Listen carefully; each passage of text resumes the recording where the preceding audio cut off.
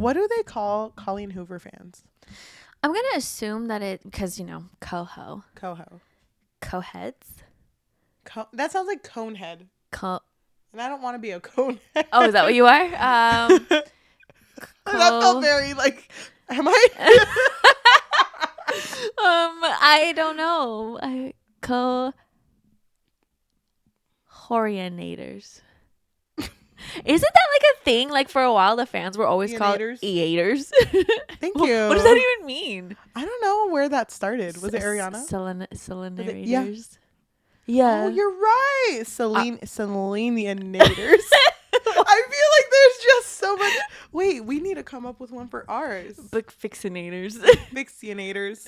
Oh wait, that's kind of cute. Actually, coin it. TM. I'm just kidding. I don't actually really like it. Like I don't like. Oh no, yeah, me neither. I don't like the eaters. I don't know. Ariana Nader, she hates it. Really? Ariana Grande has. Well, didn't she come up with it? No.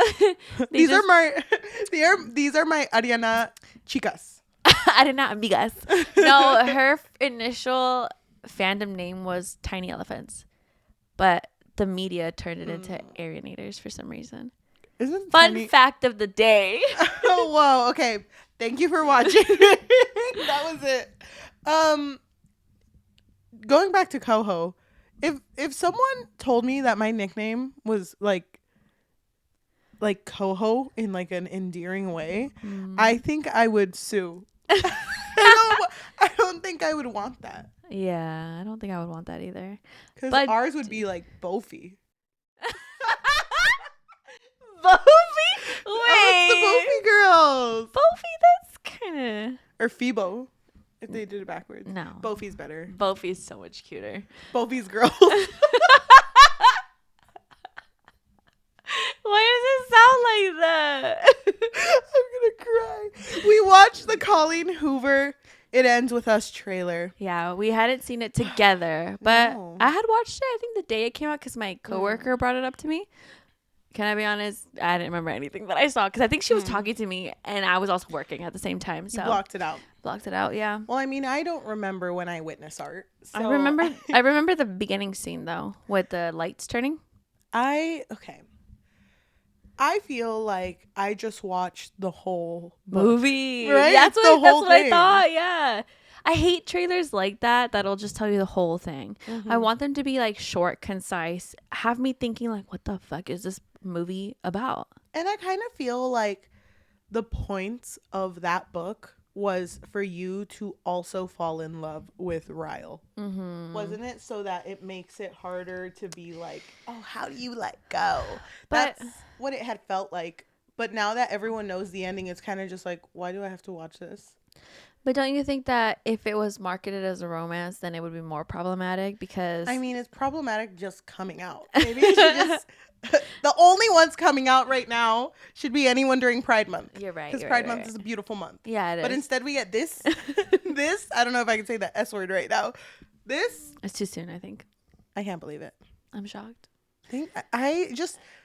So wait, so how did you feel about the trailer? Were you excited? Were you just I remember that scene from the book.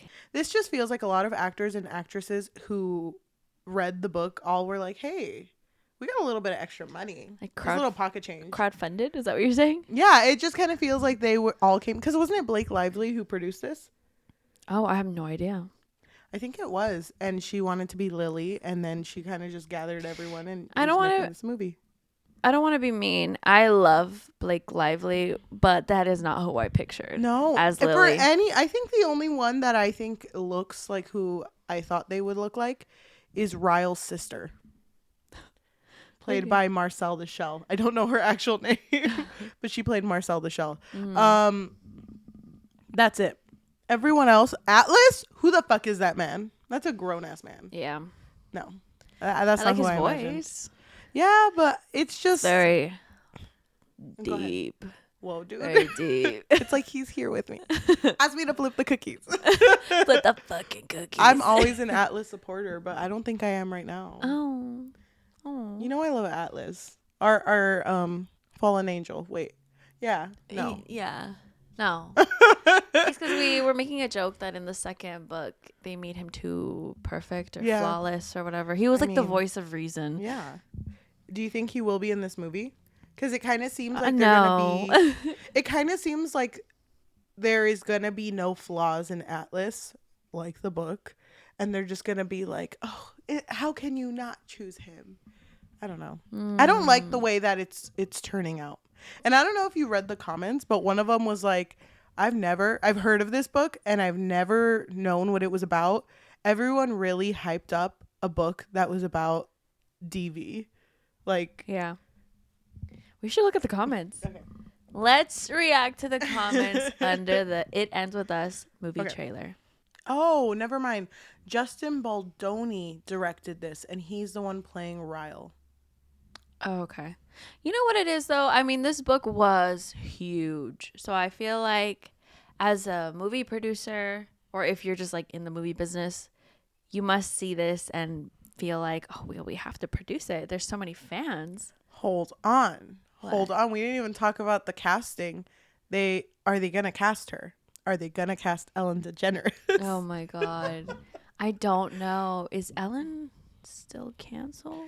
Yeah, she's not great. I know that after the show had gone off, she made a comment like, no, I'm choosing not to come back. And everyone was like, oh, that's just not true, Ellen. Yeah. Why are you lying? It is really sad, all of the things that came out about Ellen, because she was so like she would always preach about being kind to others, right? And then for her to just be like not kind to her guests. Yeah. I honestly had no idea what was going on with Ellen DeGeneres, but I thought, you know how there's always like a spin? I feel like the media spins stories pretty well. So I really thought that she would have found a way to be like, no, but look at all these other great things I did. Forget about that. Yep. Look at all these amazing things that I've done in my life. Oh my gosh. I think they're going to cut that completely out. I think it's just going to be Blake Lively living in her moment. It would be funny if she was still an Ellen fan, though. Isn't Blake Lively? Aren't they friends? I have no idea. I feel like they would be friends because I feel like Ryan Reynolds and Ellen DeGeneres are very similar. Similar people? Yeah. Maybe. I'm not sure. What else did the comments say? Everyone's talking about the Taylor Swift song that's playing. It's just people really excited for the movie. Okay. Yeah, good for them. Okay. Do you think this movie's going to pop off? I think so. I think it'll do pretty well. Are you going to watch it? Let me rephrase that. Are we watching it? Let me rephrase that. When are we watching it? I feel like if it's for the podcast, yeah. I feel let's go on like Dollar Tuesday or something. Yeah. That's exactly what I was thinking. Like when it's cheaper. Yep. The movie theater. Maybe pirate it. They have a $5 day. And that's what I'm going to do. I'm going to go on a $5 day. Okay. When no one's there, I'm going to have my big ass sunglasses. Someone's going to be there. Is that Bofi? And it's like, oh, shit. Shit, they caught me. I don't know. I feel conflicted because I want to see it, but Coho is just so far up there, though. I don't even think, I don't know. When you think about other authors, like I think about Abby Jimenez, because I had a conversation with our mutual friend the other day, and she was like, isn't it crazy that Abby Jimenez is also like, she also has like a daughter who's super big on TikTok and became viral for her mom locking her out. And then she was like, Mom, you locked me outside, but it's okay. I have my accordion. And she just starts playing. That's so fucking cute. But it's kind of like, that's so like normal. You know what I mean? Like that's such a human thing. Part? The fact that it's like, oh, Mom locked me out. I don't think. Does Coho have a door? Or is she just in a fucking cube? Like, I don't know. Like she's just transport inside. Because so many authors that you and I have met or have seen or like things like that, they feel so human, you know? But I don't know. I don't know. Who knows? Because I've never seen a Coho interview. And I don't think I ever will. I've never seen one either. And I don't know. I don't think that she is someone I want to watch anyway. Yeah. She's too out of our But what if we range. take a stand and we just don't watch it? Okay. And then we do an episode and just fucking go for it. Fucking see if we get it right. Live reaction. We react to it while we're watching it. But we don't show it, so it's just us sitting in silence. It's just we're gonna be both silent. these girls sitting in silence. Yes. Oh, do you think you'll be silent though? Oh yeah. I mean, when I look at the sky and take its beauty in, I'm just doing it in silence. Yeah. Gotta do the same. I do that too sometimes.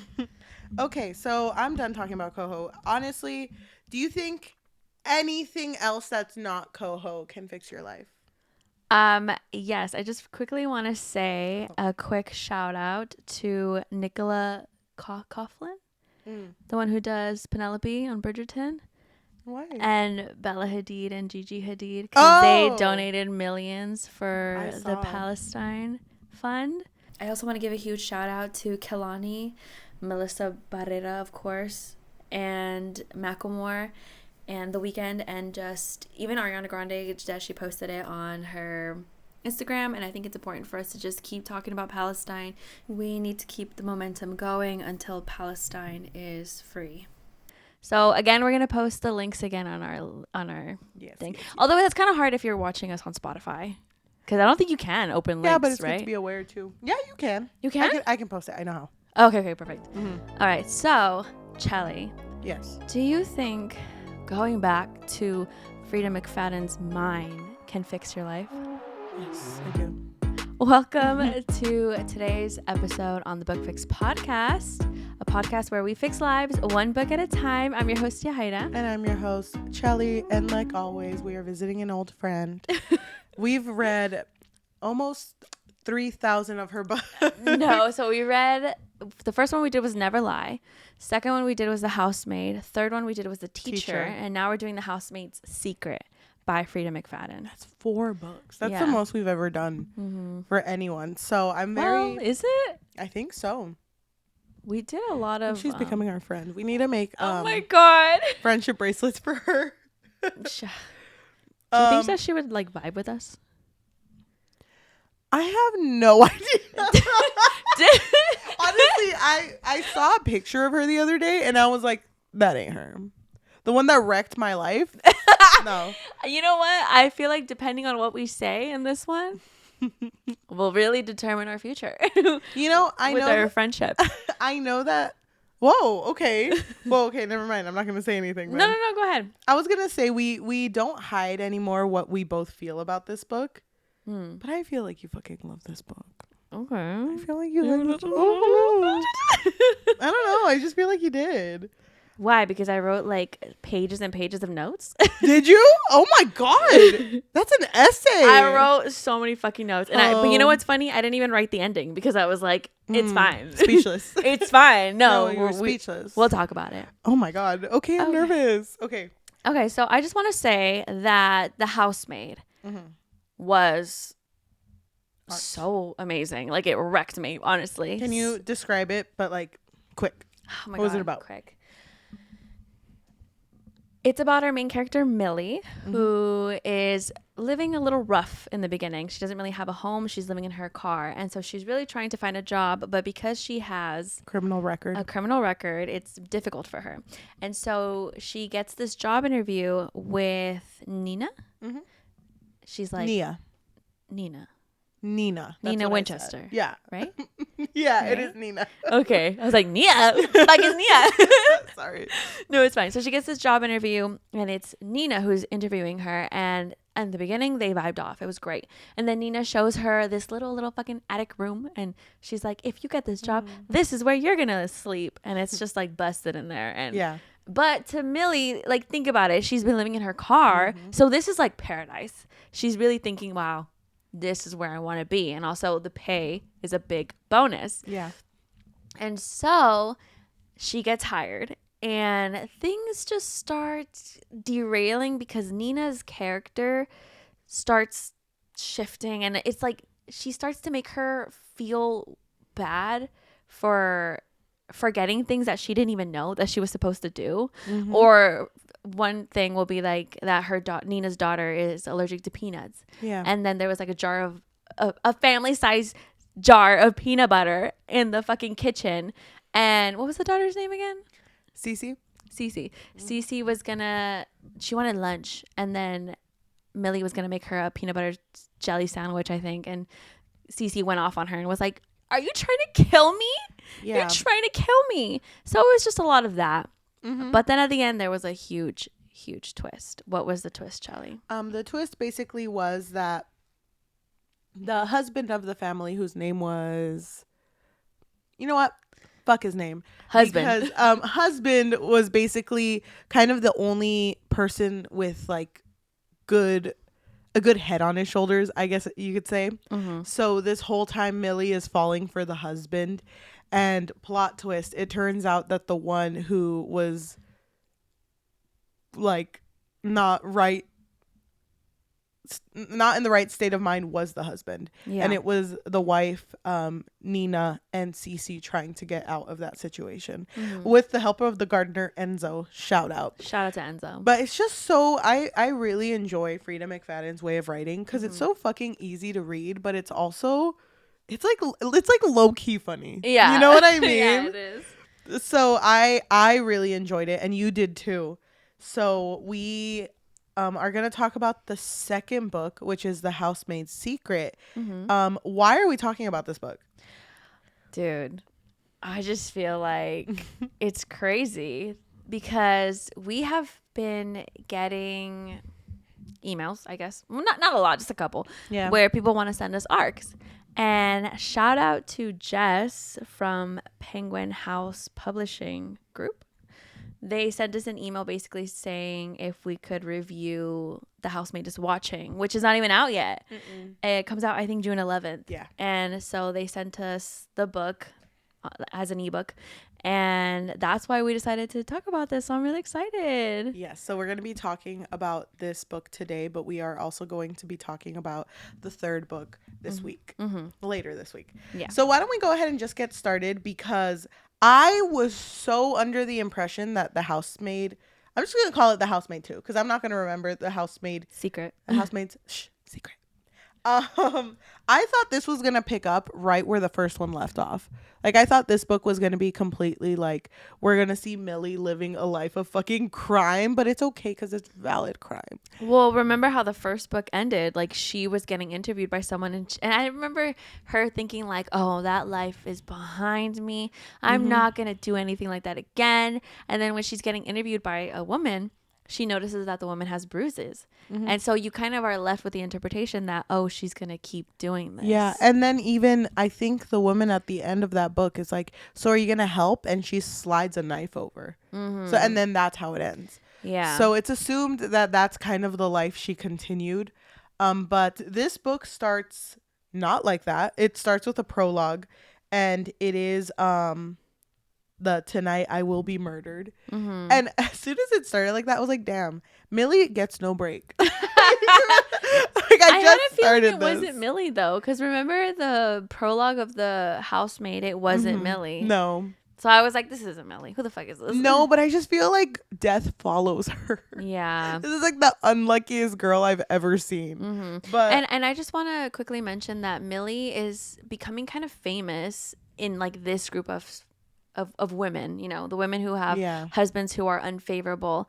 And so because she's done this for a while now, people kind of like mention her. Yeah. If they notice that someone is dealing with a horrible husband. But I thought in chapter 1 we were gonna see her like mid killing someone. Like, that's what I assumed. Yeah. But she's actually just working for this single mom. Her name is Amber. And she's not a killer. She's just like legit just a house cleaner. And she talks about how this rich mom just doesn't want to be a mom. Like, would rather do anything else. Yeah, well, she's not really around her daughter, which her daughter, I think, is only a couple months old, and her name is Olive. And so Millie is trying to tell Amber, oh, I have to go to class, I have to go to school. And then Amber's like, well, you know, I have my pedicure lined up, I can't miss it. Please, like, look at Olive. Olive needs you. Yeah. And so Millie is gonna say no, like, I have to go, right? But then Olive is like, Mama, to fucking Millie. And Amber is so flabbergasted, so offended that Did you teach her that? Did you teach her how to say mama? That's not your mama. And she was just going off on her. And then it's funny because when she tried grabbing Olive would turn to Millie and be like, Mama. Yeah, that's so sad. It is really sad, but it's like low-key funny. You know what's so funny? What I find hilarious is the fact that Millie was kind of just like unfazed by that. I don't know. If I were her, I would have been like, damn, now I got to take my daughter. You know? But Millie's kind of always been like that because she's so scared of going back to prison that she's very aware of the way she reacts and how it will affect like people around her. Yeah. But in this beginning of the story, she loses her job, obviously, and you see her go home to an apartment that she owns, and it's small, but the fact that she owns an apartment, it's huge, but also it's not in a very great neighborhood because she always mentions that, well, she's starting to feel like she's being watched in this moment. And so when she goes to her apartment, I think her boyfriend Brock shows up, and Brock is kind of like, damn, you live like this? You live like this? And then I think this is the first time that he brings up like, babe, we've been together for like 6 months. Why don't you just move in with me? I live in such a chill place. How did you feel about the fact that it kept saying like, oh, and you know, Brock, such a good guy. He's so good. Mm-hmm. Yeah. No. I don't want to live with him. I think that Millie really wanted like a normal relationship because she does bring up that. How did you feel that she had a thing with Enzo? Dude, yes. I felt conflicted in the beginning because didn't Enzo and Nina have a thing? No, but it was just like a one-off. It was a one-off. It was a I saved your life. So now you got to give me some now of you're that. my wife. No, I think because it even mentioned that like Enzo and Nina had slept together immediately after. Spoiler, I don't know why you're watching the second one if you haven't heard our first. But when husband one was killed. In the first book, yeah. Andrew? Maybe. Andy. Yeah, it was Andy. When Andy was killed, Nina and Enzo just immediately had sex. And it was just kind of like a moment of like, I'm fucking free. That's kind of what it felt like. Okay. And then when she moved away, Enzo was like, I stay here. I stay, you go. Yeah. And so that's what happened. But then Enzo and Millie, they started this business where they were saving women from their rich husbands that were horrible. Yeah, because Enzo somehow always knew a guy. Like if you needed IDs, if you needed money, if you needed, I don't fucking know, like just to. I know a guy. Yeah. Don't worry about it. To change your identity or something. I don't know. Like he just always knew a guy. And so Millie does think of this fondly because she did really love Enzo. But it's funny because in the first book, I don't know if you remember when Millie was so into Andy, husband one, she was just kind of like, I just need to get it out of my system. Like I can't like him. And so she goes up to Enzo, who at that point of the book was pretending to not know English. But she was like, I think flirting translates. And she's just like, so hey. And then I just remember him going like, no. Yeah, he like went off on her. I thought about that moment too because I was like, wait, I thought you weren't into her. But now he's.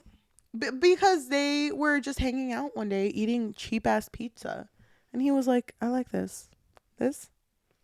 This is going to stick, babe. And it did. And they dated for like 6 months. Yeah. And they moved really quick. I think they were living together from what I remember.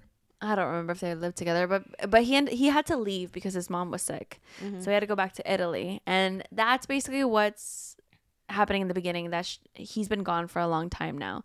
And so now she's with Brock, and she really wants to make it work because Brock is like a normal dude but she like hella lies to herself because she's like, he's good, he's so good, because she's not in love with him. I think she just likes the idea of having someone who's not in that world, like Enzo was. I didn't mind Brock at first because he was just a dude. He was just a guy. And he really did like her, but I just think that they were so different. I don't know. How did you feel though? Because this story, she basically loses her job, and she with Amber, because Amber's offended. Makes a posting on a job app to say like, hey, housekeeper, you know, if anyone needs it, I'm in the area, this is whatever. And so she posts it and automatically gets called by someone named Douglas Garrick.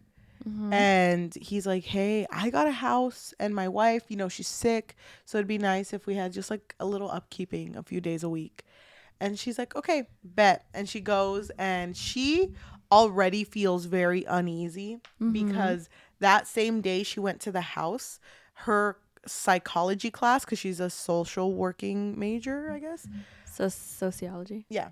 In her class, they basically told her a story of this woman who was R-worded and how there were like 30 bystanders, but no one did anything. Yeah. And she was like, that's crazy. Because if I was there, she's like, I would fucking do something about it. I would do something. And then she keeps like, I don't know if you noticed, but she has these moments where she thinks like that. And she's like, but not with violence, but like with words though. Like, yeah. Like she always because she's trying to turn a new leaf. Like she doesn't want violence in her life anymore. I really liked too that she said that a lot of this change that she was experiencing was because Enzo really pushed her to have a normal life. How do you feel about Enzo? How did you feel about all that? I was really sad that he wasn't there. I was like, who the fuck is Brock? I was like, we're just like, wait, this Brock guy? I can get behind this. No, because I feel like with the way that Freida McFadden writes, everyone's a suspect, And it's so funny because now when I read Freida McFadden books, I'm like, okay, these are the main characters, but there's going to be a plot twist.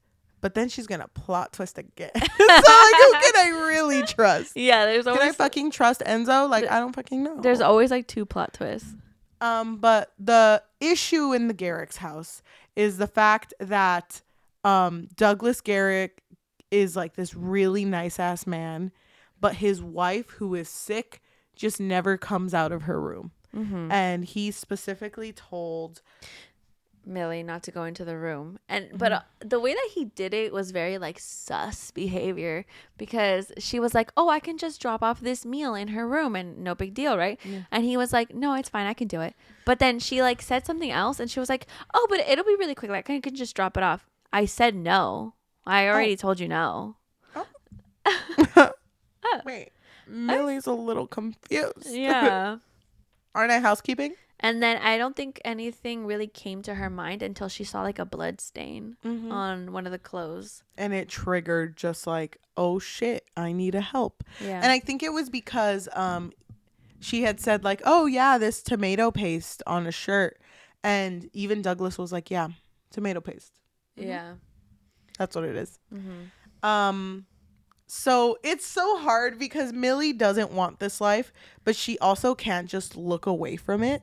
So while she's dealing with this, Brock and her are having like relationship issues because all he wants to do is sit down and talk to her about if they're going to move in together and what's her stand on the relationship. But also because his family is coming to visit and he really wants her to attend this dinner with them.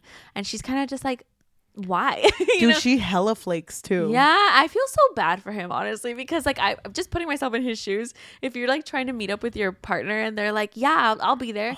Oh shit, I forgot to text you that I couldn't be there. And he was so into her, that fact that like when they would fight, she would know when to say I love you.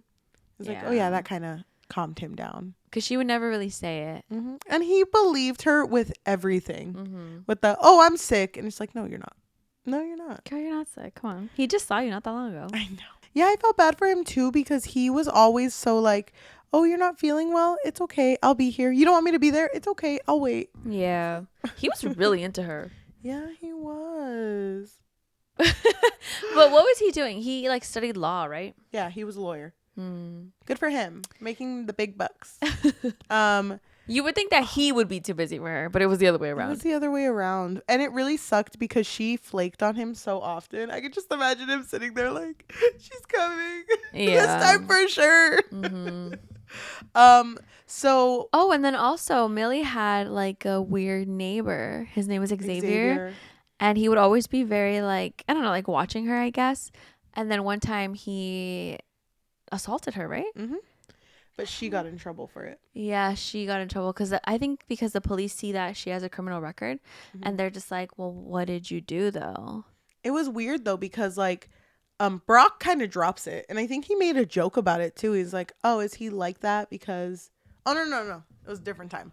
But he was just kind of like, oh, that sucks. I hope he's behind bars. Oh, he's not? Oh, that sucks. Why don't you come live with me? Yeah, it's perfect opportunity for you to live with me now. That was so fucking sad how Xavier was. So Xavier was still living in the apartments, right? And then one time Millie was going back home and then she just sees Xavier being dragged out by the police. And he was like, that Coke wasn't mine. Those drugs weren't mine. And she's just like, oh, I can live here now. I can stay here now. And it sucks because Brock was there and he's like, oh. Yeah, Brock was there like ready to pack her shit. Oh, yeah. I felt so bad for him. Like, that is so sad. It is really sad. But anyway. when it came to the Garrick's house, so basically she ends up befriending the wife whose name is Wendy. And Wendy's like, my husband abuses me. And I but it's also not like she doesn't really have to say it though, because there would be bruises on her and she was super skinny. Like she wouldn't really eat. No. And so Millie, who is no longer in that life of crime, is like, okay, do you have a friend he doesn't know about? Is there somewhere you can disappear to? Because he was gonna have like he was gonna go out on a business trip. It's like, yeah, I can help you disappear. Like, I'll get a rental, I'll get a hotel for you, me as the halfway point for whoever is gonna take you, and then you go. And Wendy's like, yes, we're doing this. This is yes, let's do it. And then she didn't really have any cash, right? No. Wendy. So Wendy goes, and then she's good. Like, she's gone. But Millie has to be the one to check into the hotel. So she puts her name there. And then she is going to leave Wendy there. And then Wendy was supposed to be picked up by a family member, right? Or a friend. Fiona. Oh, yeah. But I thought it was kind of funny because it was like midnight when she was driving, because she really didn't want to pay the late fee for bringing your rental late. So it was 11:55 and she's like, technically not midnight, so yeah, you can't charge me or else you're committing a crime. But she's it's like midnight and she's outside without a rental and she's looking around and she sees that car that she always thinks is following her, and who the fuck walks out? Oh my god, Enzo walks out. I thought that was crazy. I really like Enzo, but the fact, I don't understand why he went 3 months of just following her. Yeah, that's weird. It's because he came out of the car and was like, I'm your bodyguard. And she was like, what the fuck? How long have you been watching me for? I've been back for 3 months. But it's okay because I keep you safe, basically, is what he was trying to tell her. No, yeah, chill. If somebody told me that, a restraining order immediately. Dude, and then he also brought up, like, so what's up with this broccoli bitch? Broccoli, yeah. Well, you like broccoli now all of a sudden? Gross. Those are just little trees.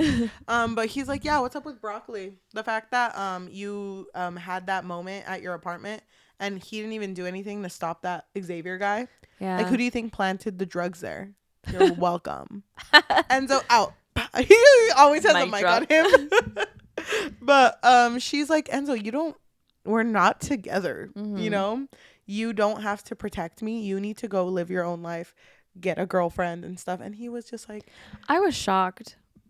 When she said, like, go, like, live your life, go do you, because she was not into Brock. So I really thought she was going to be like, oh, thank God, my placeholder can go now. I was glad, though, that they didn't make her a cheater.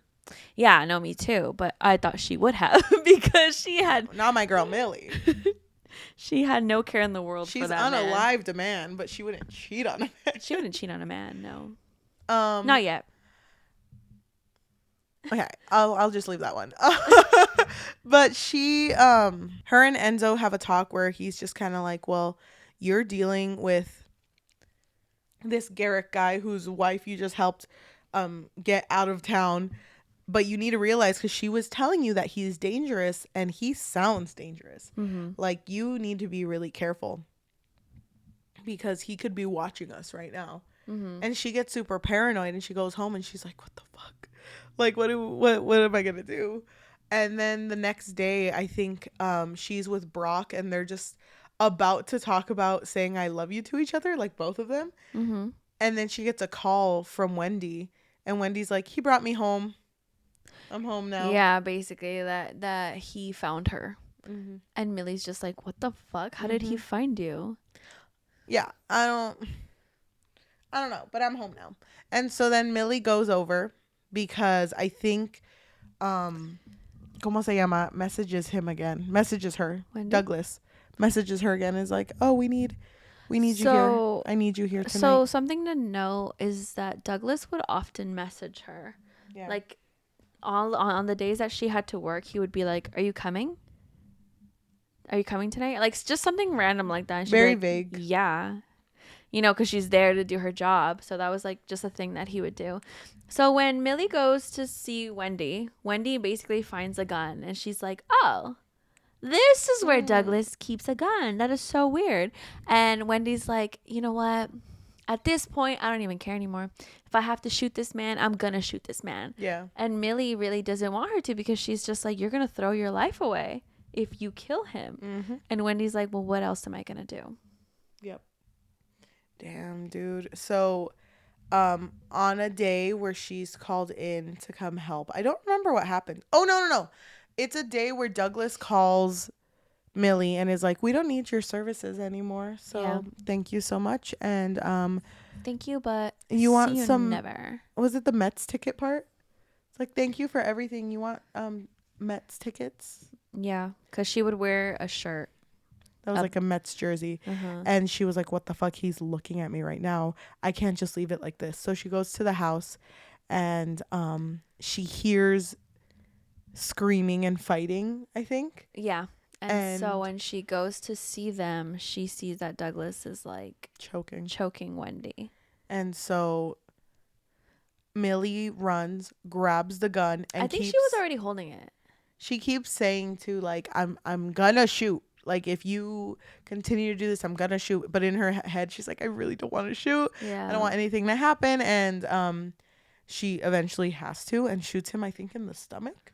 Yeah. And he falls down. And she's, like, shocked with herself because she's like, oh, shit, that's a lot of blood. Mm-hmm. And when she's going to go check the body, Wendy instead goes down and is like, oh, my God, he's dead. Yeah. And Millie this whole time was like, that wasn't enough to kill him. Like, that's... What? But she was so in shock. She's like, oh my God, he's dead. And it's like, yeah, Millie, you've done enough for me. I will take the blame. You get out of here. Mm-hmm. And so Millie leaves. But then the next day, Millie's being framed as the prime suspect of a murder case of killing Douglas Garrick. Yeah. And she's like, I don't even know that man. So she has like a clip like, I worked with Douglas. So in the news coverage, they put up a picture of Douglas Garrick, and she was like, I've never met that man before in my life. Oh, yeah, because they don't look the same as the person she worked for. Mm-hmm. So she's like, what the fuck is going on? And Wendy now is like, oh, no, yeah, it's her. It's Millie because she's secretly texting my husband off of a burner phone. Look at his messages. That's what the police tells Millie. When they're questioning Millie, they're framing it like, oh, well, then how come you were always messaging him at the middle of the night? And why was it so like, are you coming over? Yes.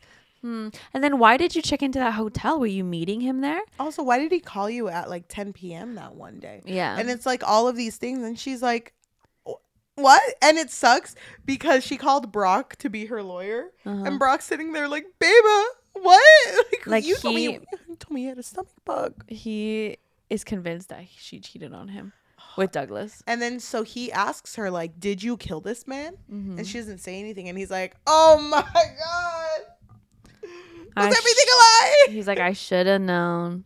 And she's like, babe, this isn't the right time to tell you, but I also fucking hate sushi. He's like, I don't even know you anymore. So he tells her like, I can't represent you. Mm-hmm. I hope you find yourself a good lawyer. He shouldn't have even represented her in the beginning, you know? But he was like, but I'm done with this. Mm-hmm. And he leaves. And so she's like, oh my gosh, I have no boyfriend. I have no one and no home to go back to because I think she was evicted for all the police, right? Yeah, she was evicted. That were coming. So then she was like, what the fuck do I do? And so she calls Enzo. And I think it's really sweet because she's just kind of like, Enzo, I need you. And he's like, give me 5 minutes. And then the next line, he was there in 4. Can you imagine like Enzo? Dude, I was such a fan of Enzo. Oh, yeah. Okay, so let's go to how you feel about that man. let's go to Wendy's point of view. Okay. Because I think you totally skipped around. Because Yeah. Millie's point of view ended when she saw the news coverage. Yeah. But it doesn't matter. So with Wendy, and that's something that I love about Freida McFadden is she'll do like a POV switch. Doesn't it kind of feel though that she wrote it similar to the first one? Like exactly the same, because in Wendy's point of view, it's like she's writing in her notes app. Yeah. Like, this is how you get away with murder. This is how you get away with murdering your boring ass husband. Mm-hmm. So 4 years ago, Wendy goes to like this art exhibit, right? And it's like the theme is like garments. Mm-hmm. So she's at the section where there's like sock art. Yeah, calcetines. Yeah. And that's when Douglas Garrick first approaches her. And he starts asking her about the art, like, how do you feel about the art and whatever. And she's kind of just like, not really my thing, I guess. I don't know. She wants to be honest, but not be too harsh because she knows that he needs someone who has money. And so he kind of tells her like, oh, well, you know, art is subjective and, you know, to you, this might not mean something, but to somebody else, like it could mean like this, like really big picture. I don't know. And she's kind of like stunned. And he's like, did that sound smart? I don't know. Does it sound like I care? Because I actually just like the food. Yeah. Yeah. No, literally. He was like, I'm just here for the food, honestly. And he starts telling her, like, should I go get you like a couple plates? Like, and he brings back like hella food. And she's just looking at the food like, what the fuck? Does he not know that I only eat salads? Like, salads is just my bread and butter. That's all I do. Because bread and butter is fattening. That's why. Yeah. So immediately Douglas is a character who is really carefree, doesn't give a fuck about like, I guess, the status quo or anything like that. And Wendy is someone who is really like prim and proper and doesn't want to eat anything that's too fattening. And she craves this life of being able to live with someone who has enough money. And like she romanticizes a lot of it. So she's like, going on a lunch date with my girlies, that's so rich. That's so rich. Yeah. And so she realizes that this life that she was aiming towards, Douglas doesn't fit any of it. Because he's over here like, let's go to fucking McDonald's. Like, let's go do this. And then also she doesn't like how nerdy he is. Yes. Like, he's too nerdy. And Wendy's kind of just like, I thought he would grow out of it. But he's still talking about Marvel superheroes. Ew. Yeah. How did you feel when she was like, I don't want to sign the prenup because I love you? I knew it. I fucking knew that this is where it was going to go. So basically how it was framed was Alex. Alex was Douglas's lawyer. And he showed up one day and Douglas was just like, no, Alex, I don't want to sign a prenup. This is love. This right here is love. And Wendy is kind of just like, no way, he's going to make me sign a prenup. There's no fucking way. But Alex frames it in a way that's like, well, just in case if something happens, God forbid you guys get a divorce, you still end up with, what was it, 3 million? 10 million. 10 million. You still end up with 10 million. So that's a large sum of money. So just sign the prenup, basically. And she doesn't want to do it because she's like, but don't you love me, Doug? But even Doug puts his foot down and he's like, we don't get married unless you sign this prenup. Yeah. She was like, okay, babe. Fine. You got me, but only because I love you. Only because I love you and I would never do anything to fuck this up. And so, So she went out to lunch with a friend and this person just kind of like mentioned Millie's name, right? And it was so funny to me. It's funny because she's so out of touch. So she was just like talking to her friend and her friend was like, oh, you know, Millie, the girl who helps the wives who have horrible husbands. And she's like, oh my God, me, I have a horrible husband. He doesn't want to take me out to dinner. He doesn't want to do this. He doesn't want to do that. He doesn't want to spend on good clothes. And then the friend's like, you know, the husbands who like hurt their wives. And Wendy's like, oh no, my husband would never. My husband would never. So I guess she wouldn't help me. But she keeps that in mind. And then, they end up getting a penthouse together because she really wanted it. Yeah, and he's just over here like she's making him salad because she's like, I noticed he has 2 chins and I don't like that. Yeah. And so then she's like, come on, we have to eat healthy, appearances matter, whatever. And he's like, I'm gonna go get KFC and I don't care if you come or not, I'm gonna go get it. And he also brings up like, babe, we used to love going to get fast food. And she thinks to herself, like, oh, those were the worst years of my life, or the worst year of my life, because that was before they got married. And she wanted to be the cool girlfriend. But after that, she was like, I kind of wish that he would realize that I don't like eating fattening food. But then she, in the middle of trying to put furniture in her house, she ends up in a furniture company, or like a furniture store, where she meets this dude named Russell. Yeah. And she's like, love at first sight. Because he looks like Douglas, but is fit. And she's like, whoa, I thought it was my husband, but this man is banging. But this man is also poor. Yeah, he's poor. And also, he is the husband to someone who works with Douglas. Maribeth, which is the receptionist. Yeah. And so what are the fucking odds? So she's just like, you know what? Fuck it. I'm going to risk it all. And so for months, she's seeing Russell. And just, I think she had like an entire week where she didn't go home. Which is so crazy to me. But then, you know what's weird? Douglas didn't like the penthouse, so he wouldn't really stay in the penthouse. Yeah. He stayed somewhere else. And so, because Russell is broke, Wendy would pay for their dates. And so one time they were eating this like fancy ass meal, and she was going to pay for the date, but the girl was like, your card keeps declining. So, and she kept trying different cards and they all kept declining. And she was like, fuck, this bitch cut me off. Yeah. And so she goes to confront him, but he confronts her first and is like, you're cheating on me. Did you really think I wouldn't know? Yeah. People see you with him. Oh, the prenup? You didn't read it? You don't get anything for infidelity. Yeah. And she's like, you can't do that to me. That is so, you can't. And he's like, already did. Also, he let her know that there's cameras in the penthouse. So she is told basically like, fuck off, but I really hope you the best. So if you want to go to marriage counseling with me, you know where I'm at. But if not, leave my life. Like, I don't care. And she doesn't go to couples counseling, and she stays in that penthouse for a while. All the cameras get taken off. Because she calls, like, I don't remember what they were. Like, let's just say a camera crew. And they, like, find all the cameras and take them out. And I think that she didn't want to be with Douglas anymore because she was just miserable with him. And she mentions to Russell, like, wouldn't it just be so much easier if he were dead? And Russell's kind of like, so funny. So funny when... Anyway. Yeah, but she's like, no, we gotta do this shit. So she gets a gun and is like, okay, Russell, you're gonna kill him. I'm gonna call him over to pretend to sign divorce papers, and you're gonna kill him. And then Russell like fucking chickens out, and he's crying in the kitchen while Douglas is in the living room. And so she goes to the living room with the gun and goes like, Russell, you're fucking useless. Yeah. And goes over, and then that's when Douglas is like, you know, I wished for us to work. And we can still make it work. And I fucking hate the fact that she just thought to herself, wait a minute. What if it did work with Douglas? What if this is it? Yeah. But she doesn't think about it for long because she shoots Douglas and kills him in one shot, I think.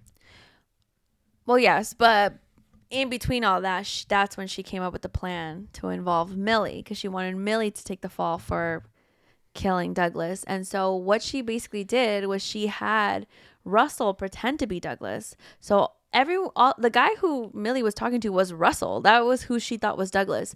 And so what I thought was crazy was that moment when, you know, she was painting on the bruises on her, and she was like, no, to Russell, you have to punch me. You have to punch me, because she's not going to believe it if I don't have like a split lip. Yep. And he's just like, I'm not going to punch you. I'm not going to punch you. But she just starts hounding on him. You're a little bitch. I can't believe you can't punch me. You can't do anything. You're chickening out. Like you have made nothing out of your life. Like, you're worthless. Like, she starts going off on him, and he punches her, and he's like starts crying. Yes. And in Millie's point of view, sorry, I'm jumping a bit, but in Millie's point of view, she's like, oh shit. Anytime something was going on, I never really got to see any of it. And when it came to Douglas's death, when Millie thought she was the one who killed him, it was like, I didn't even go check his pulse. Yeah. So Wendy over here trying to blame me on everything and is using receipts while in actuality, she told Millie to delete all those receipts. Like, she's manipulating the whole situation, and I can't believe that's going on. Where is I going with that? What happens next? Well, after the reveal that, Wendy was just trying to fuck over Millie is kind of in a situation where she doesn't want the police to find her because she's the main suspect, and they really believe that she was the one who killed Douglas because they think that she was having an affair with him. And so she's with Enzo, and Enzo tells her, you stay here. Please stay here. Don't go out and try to find Wendy.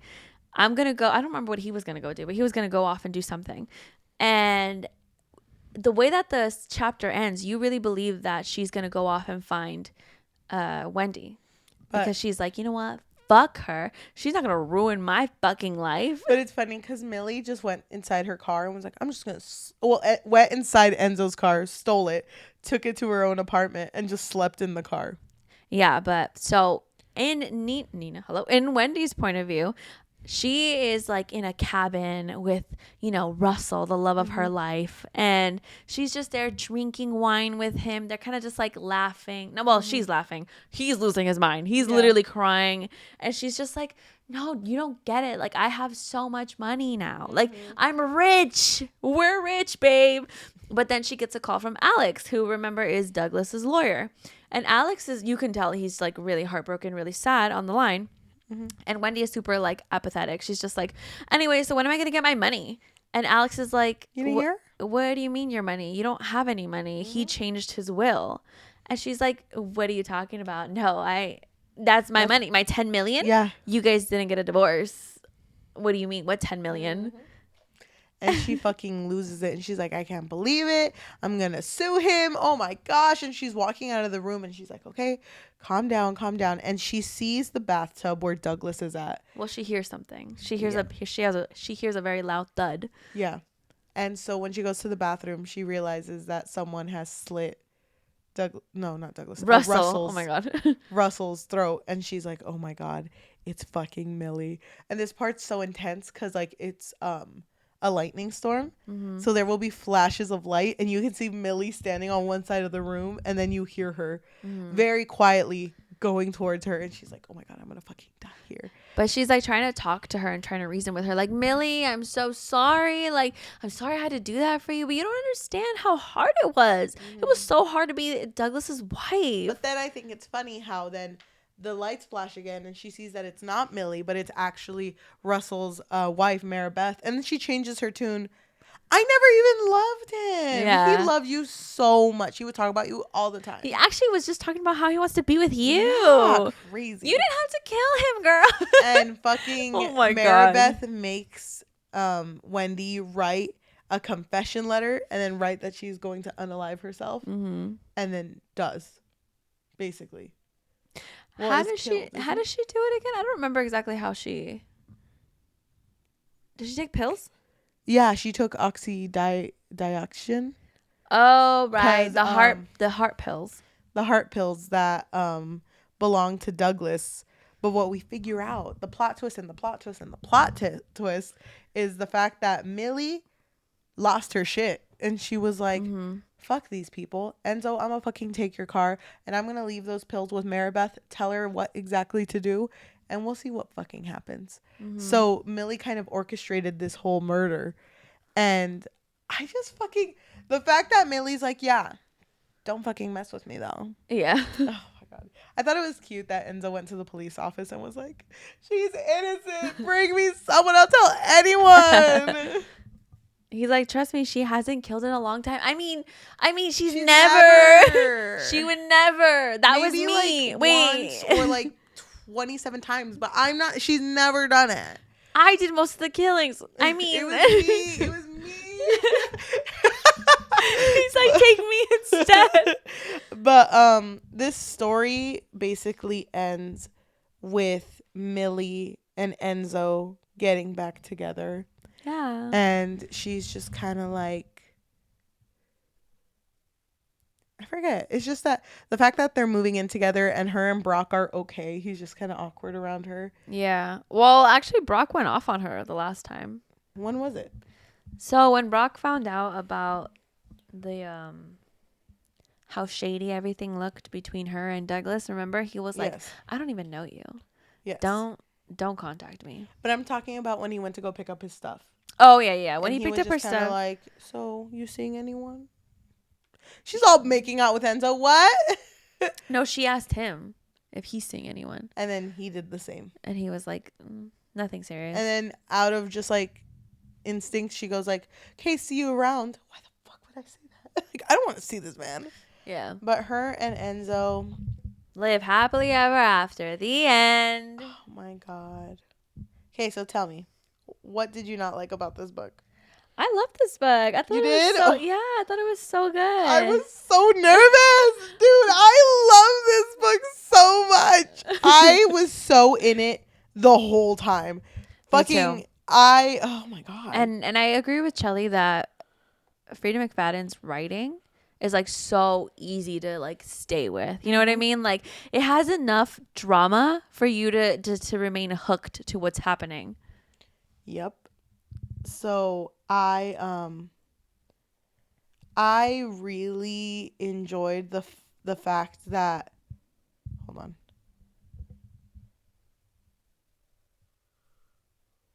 I really like the fact that these books always end with Millie being like, you mess with the wrong bitch. You mess with the wrong bitch, you fucking die. Yeah. Millie out. Yeah. I fucking love that shit. I think that what makes these books so enjoyable is not really understanding what's going to happen next, because her plot twists are always so so unexpected. Yeah. And when I think I got it, I don't. I thought Enzo was evil. Because I was like, why are you stalking? Oh, no. He's just weird. Yeah. He just doesn't understand that's weird. Mm-hmm. Yeah, I didn't really know what to expect out of the book. But honestly, like, I try so hard not to, like, think too hard. Because I just want to enjoy the plot twist. But I feel like the plot twist... I don't think the Wendy being evil was it, like, that shocking to me. Me neither. But what was shocking was Mary Beth getting involved and was the one who did the murder. And the fact that Russell kind of just didn't do shit. He had no backbone. No, he didn't. He was just fine with it. The fact that he always talked about his wife even after they had already killed Douglas was I know. He's so fucking irritating. A little awkward. I think overall, though, this book was so fucking good. I don't know. I just think we're Freida McFadden girlies. I think so, too. Which, let's be in the fan club. Yeah. We should run it. Freida McBaddies. Yes.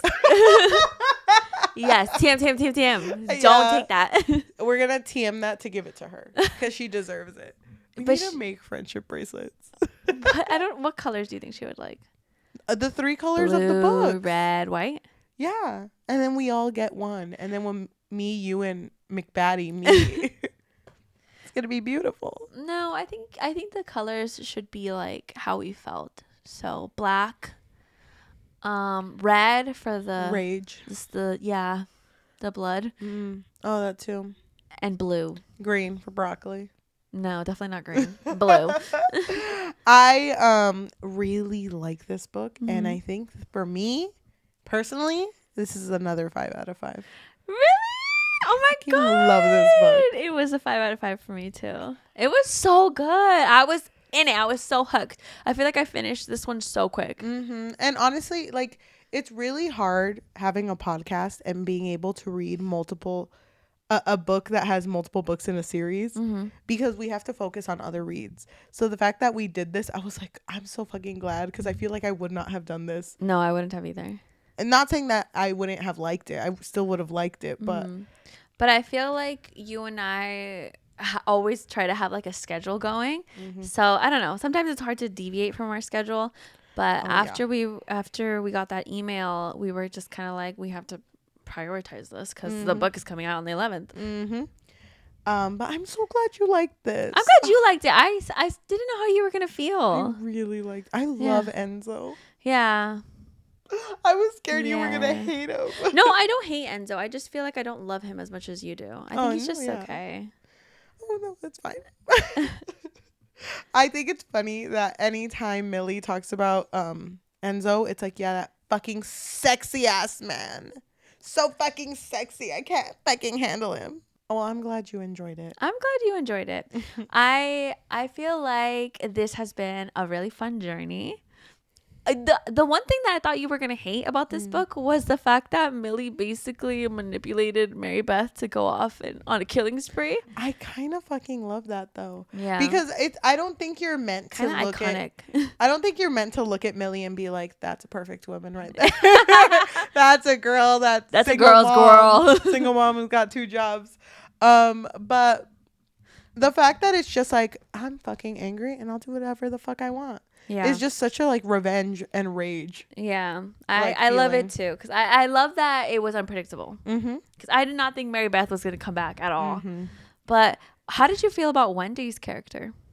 I fucking hated her. Yeah. I hated her so much. She never got redeemed. No. And it's funny because even at the beginning of Wendy's POV, she's like, by the end of this, you'll understand me. And it's like, bitch, I didn't. I didn't, actually. She really thought that we were going to see her as a victim. She really thought. Because she had a good husband. I feel bad for Douglas, but at the same time, I feel like he's so dumb. Why did he even stay with her? She didn't like anything about him. No, she didn't. That being said, though, to everyone who is listening to us in podcast form, whether that be Spotify, Apple Podcasts, Amazon Music, or anywhere you get your podcasts on, thank you so much. If you can if you can leave a rating of 5 stars and a review letting us know what you would like us to talk about next, that would be amazing. But our next episode is going to be another Freida McFadden book. Yeah. So just a warning. If you want to support us and you have a little bit of money, what can they do? So we do have a Patreon, and at the moment there's not much on there, but if you are interested in showing us love and showing us that you really appreciate the fact that we read so much, you can find us on patreon.com/bookfix. But if you don't want the commitment of monthly, you can find us on Ko-fi, which is ko-fi.com/thebookfix, or buymeacoffee.com/thebookfix. If you are watching us on YouTube, thank you so much. If you can like, comment, subscribe, and hit that notification bell, because we post every Tuesday and Thursday. If you want to follow us on social media, we do have an Instagram, Threads, and a Goodreads at the Bookfix Pod, THEBOOKFIXPOD, and we do have a TikTok at the Bookfix, THEBOOKFIX. Also to mention, if you are following us on YouTube, we also post a lot of YouTube shorts. Why don't we read a positive and negative review of this book? Okay, so this is a 1-star written by Floyd22, and they wrote, I didn't think it was possible that the quality of the writing got worse with the second novel, but it did. It's time I part ways with this author. Mine is from Rachel, who gave it a 5 out of 5. Dare I say, I like this book more than The Housemaid. Once again, McFadden delivered with some mindless entertainment. If you're looking for a literary masterpiece, it isn't this book. I was kept turning the pages, though, and not seeing all the different twists coming, like I did in her previous books. Once again, yes, there are a few discrepancies that I caught while reading, but who's counting? So I'm going to give this actually a 4.5 rounded up. I will say that I hope we do see Millie again in a 3rd book.